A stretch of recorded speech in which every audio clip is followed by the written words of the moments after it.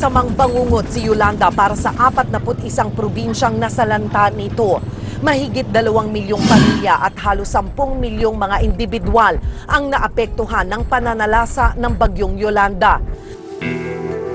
Sa kasalukuyan, umaabot na sa mahigit 23,000 mga bahay ang winasak ni Yolanda.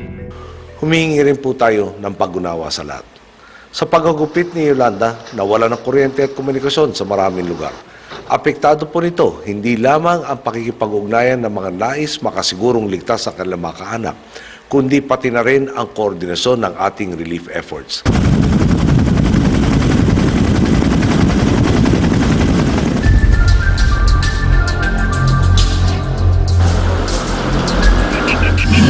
Libong pamilya o kalahating milyong katao ang nasa mahigit 1,000 evacuation centers.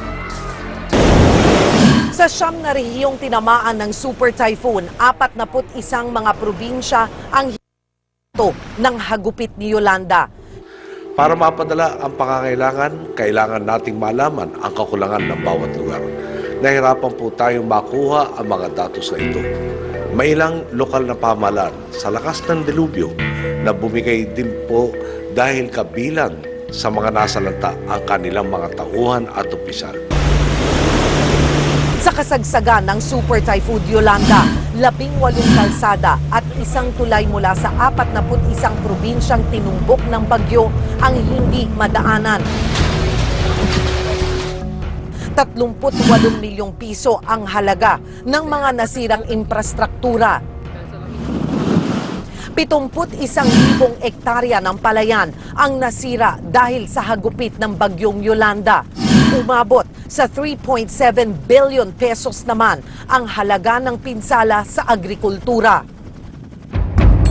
Ang gusto kasi nilang gawin, kaya medyo nagkakaroon ng tensyon dito, ay pasukin yung mga tindahan sa hanay nito. Kaya lamang marami ng mga pulis na nakabantay. Walang pagkain, walang tubig, at walang kuryente. At dala ng desperasyon, napilitan na ang ilang residente na dumiskarte para lang may makain. Ako kanina nangasa ko, nagnakaw kami doon ng mga sardinas. Wala akong choice. Ako di ako magnanakaw pero wala kaming choice kasi walang pagkain. Pinaralisa rin ni Yolanda ang health services sa maraming lugar. 16 na bilyong pisong calamity fund ang inilaan para sa mga biktima ng bagyo at naglabas pa ng 1.1 billion pesos na quick response fund na siya namang ilalaan para sa DPWH at DSWD. 800 pulis ang ide-deploy upang tumulong sa mga nasalanta ng bagyo.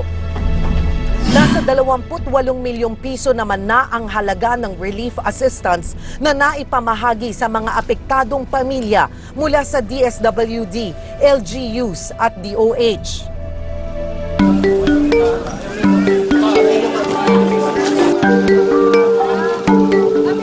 Hanggang ngayon patuloy pa rin ang bilangan kung gaano kalala ang pinsalang idinulot ni Yolanda.